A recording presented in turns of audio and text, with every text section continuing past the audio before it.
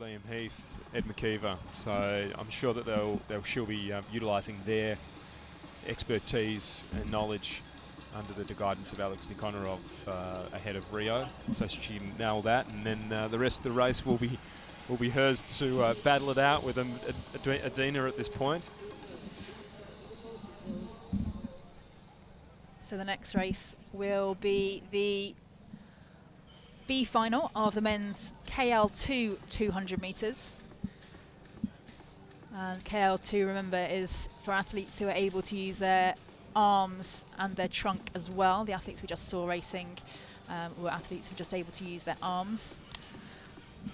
And medals there in the women's KL1 200 metres for Dina Müller of Germany taking first, Jeanette Chippington of Great Britain taking second, and Alexandra Dupik of Russia taking third.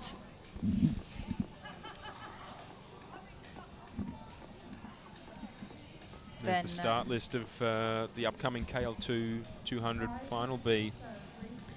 Italy, Israel, Iran, Brazil, Puerto Rico, Serbia, so. Serbia, Portugal, Sweden and Poland.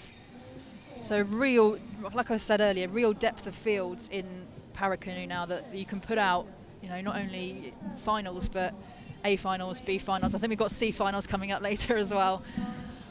It's exciting, and it's a growing sport. The depth is testament to people really keen on this sport. It's fantastic in that you can utilise yourself as an athlete in a sporting environment with limited capabilities. Yeah. You know, and those with those are people around the world who have lower limb issues, hip issues. Paddling has become a sort of guiding light towards fitness and physical activity again, which is so great. And I think people who are watching at home perhaps today can look at some of these athletes in this next race and just show that, you know, perhaps not having full use of your lower limbs, that ain't going to hold you back, because there's some amazing athletes in this next race. Absolutely, of mind and body. Some of the stories you hear from some of these Paracanoe athletes, they're horrific. You know, they're horrific stories of how they've lost the use of their lower limbs and sometimes lower torsos. And they've come out against the odds of the human physicality and human capabilities and pushing their bodies again, which is really impressive and very inspirational. So that's the Puerto Rican out there in lane 5, Eddie Montañez, who's spearheading this B final. He looks like a serious contender. He's got a nice thick barrel chest on him with a couple of good pythons on each side of his body to pull himself down the course. I think the other thing that stands out for me is, as an ex-athlete, knowing exactly how hard it is to get your boat set up. You know, your fittings, your seat, your footrest, get everything so that it fits just right, so that it's comfortable. And it just makes it extra complicated for the Paracanoe athletes. They've just got so much to think about to get things just spot on, to just get it right. So I think the engineers and the people that work with their craft have got an extra job on their hands, haven't they? Oh, too right. And you know, it's not just a matter of being comfortable. It's a matter of being functional in these boats. And yes, we're working in towards the KL3. I mean, we're at KL2 now, which is trunk and arms. They've got a little bit more use of their body for the paddling stroke, but they still need a fair bit of stability through their legs to maintain both steering of the boat and also balance and ballast. So a lot of them will have their legs locked down to maintain, you know, a level of stability and maintain a constant sort of balance through the boat. They've got consistency, and you can see some of the strapping that goes on to ensure that they're locked into the boat so they can actually utilise and get power down. That's the Iranian athlete out in lane 3, Eslam Jahedi. Extremely strong upper body by the looks of things, really strong. A lot of these Paracanoe athletes have a lot of the energy that they use is going into the upper body now, and a lot of work in the gym. You can see their upper bodies are not they're not lazy looking upper bodies. They're very, very masculine and muscle bound. They put some of the Olympic athletes to shame, to be honest. I've seen Paracanoe athletes doing chin-ups strapped to their wheelchairs, so lifting the wheelchair as well. Yep. No, that's not uncommon. Very strong human beings out here. So we're 1 minute away or so away from this B final in the men's KL2 200 meters. So these athletes just able to use their arms and their trunks, not able to use their legs in this classification. So no medals up for grabs in this race, just the pride and the glory as well. I'm sure there's a few in this race that will be firing up to prove themselves that they should have been in that A final, and that's always the case for most B final or C finalists, is going, well, you know what, I'm going to do everything I can in this final to prove that I was good enough for the better final, and next time maybe they'll find the form. And we're off now. So they're underway, and it's a great start for the Portuguese athlete Norberto Mourão out in lane 7. He was straight out of the blocks, and perhaps he's one of those ones that are going to be trying to prove it. And look at his stroke rate out in lane 7. Alongside him as well, the Serbian Vuk Radavonic. Looks like the younger guy, yeah, Radanovic is pulling through, but now the central lanes as Montanez really pushes to the lead now. Yeah, Eddie Montañez of Puerto Rico out in lane 5. We saw him warming up, and he's powered to half a boat length lead over the rest of the field. Remember, no medals up for grabs, just pride at stake, and Eddie Montañez is certainly stamping his authority on this B final as they cross the line. He will take first, and the second could have gone to any one of Iran, Brazil, Serbia or Portugal. But he wasn't the first out of the blocks by any stretch of the imagination, but what a powerful athlete to have come through like that. Very powerful, and certainly one of those athletes that probably just missed out on the A final. Maybe had a tough semi-final yesterday, and is really coming out to prove that he was, should have been in that A final with a good win, 3/4 of a length there.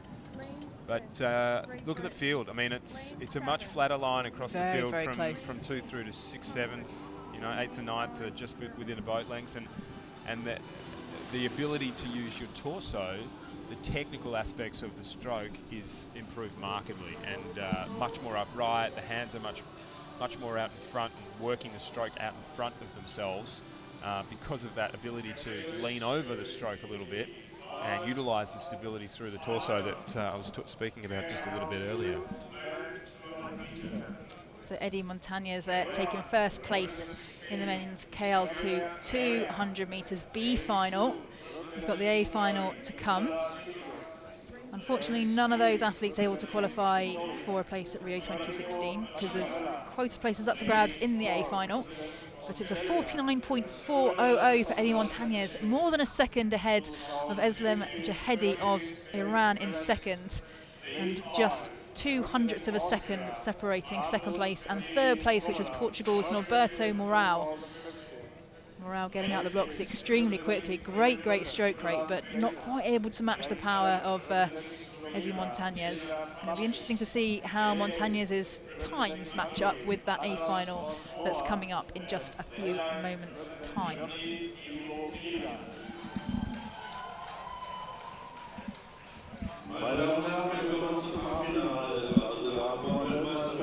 So we should be having some medal presentations a bit later on this afternoon for those athletes who have already picked up titles, picked up medals.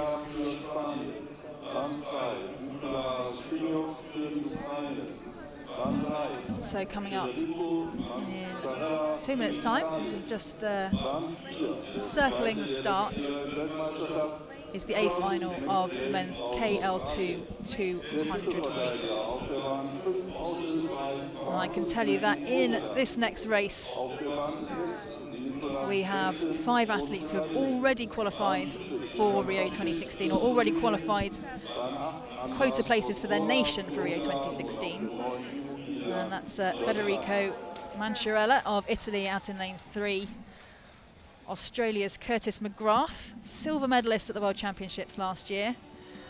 Also Austria's Markus Mendy Svoboda, the reigning champion. He'll be spearheading the race in lane 5. Nick Baton in lane 6 from Great Britain. He's already qualified a place for his country as well. Former rower. He finished 4th in the mixed doubles scull at London 2012. And already, like Jeanette Chippington from swimming to Paracanoe, already Nick Baton making a great transition into the kayak. And the 5th athlete in this next race who has already qualified a place for his nation is Dejan Fabcic of Slovenia, who's racing in lane 7. So, as we saw earlier in the women's racing, if the other 4 athletes complete this race within the rules, they will qualify for Rio 2016. 4 unqualified athletes will win qualification in this race. So let's look for the central lanes for the pointy end of the field. Countryman Curtis McGrath, great competitor in lane 4. Really good start, but look, there's been a call. Full start out there. It looked like it was lane. I don't hate to say it, lane 4. I'm afraid. I feel like there may have been a little bit of a jump there from Kurt, but you never know. You just never know. Could have been a bit of movement from one of the lanes closer to camera. It's very easy when you get, someone out of the corner of your eye. You see someone make a move. Absolutely. Well, look, it's a reactionary thing. You're next to someone, they move, you move, you think you're off, you're not off, and then you get called. So it's touchy-feely in the 200, but that's the nature of balancing out the nerves on the start line and executing when the gun goes. And the more you do it, the more you get comfortable with it, the more likely you are to nail your start and not be breaking in the blocks. But they're pulling themselves back around into place. Have you experienced a full start before? Have you had to go through this, getting yourself back in the zone, turning your boat around and making sure you stay warm, that sort of thing? Absolutely. I mean, funnily enough, it happened in the 2012 Olympic trials in the KL200. Whereby we had a re-race. The first race didn't go through for a technical fault in the starting system, and we went through the whole race, and we finished in first place, which was the final selection. So we were, in our minds, we were through, and then they called it an hour later they were going to re-race, and in that re-race we broke, and I got pulled underwater with the gate. Oh my gosh! Filled with water in the front cockpit, had to go over to the side and empty, and then got back in. Did it damage your boat? It didn't damage our boat. Did you get injured? Did you feel? No, I was fine. We were fine. It was just that it did shake us up a little bit. It was quite a cool day in Penrith, back at the Sydney Olympic course in Penrith in Western Sydney, and we had to recompose, and we got back in the blocks, and away we went. And won it for the second time? And won it for the second time in a larger margin. So you know what? We proved ourselves through the duress that we caused. But they're all pulling back into the blocks now, and they look settled. Up and ready to go by the looks of things. This A final in the men's KL2 200 metres. So these athletes looking for medals and places at Rio 2016. We're looking for those central couple of lanes, those fastest qualifying athletes, and it looked like lane 4, Curtis McGrath, who got out fastest. He didn't let that, I think what might have been his full start, slow him down out of the gates again, but alongside him it's Markus Mendy Svoboda from Austria, who's looking very, very strong indeed at the moment. Yeah, very, very quick. Nick Baton going very well for Great Britain as well, but I think it is Svoboda of Austria. Yeah, it is an Australian-Austrian race at this point, and Curtis is staying with him, and I think that'll probably be shaking Marcus up a little bit, and Curtis is actually at the lead. Is nosing just ahead in those. Fantastic finish from Curtis McGrath of Australia to take the gold medal.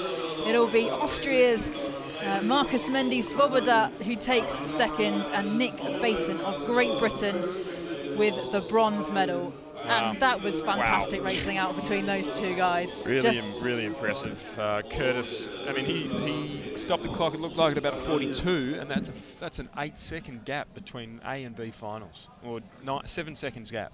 So you can see there's a big margin between the KL2 A and B finals. He smoked it in that back end, really been working on it. But Swoboda will be working on his back end, I dare say, between now and Rio. He's got a lot of speed in him, but now he's got to find a little bit more endurance. And it'll be it looks like a 2-horse race at this point for the gold medal in Rio.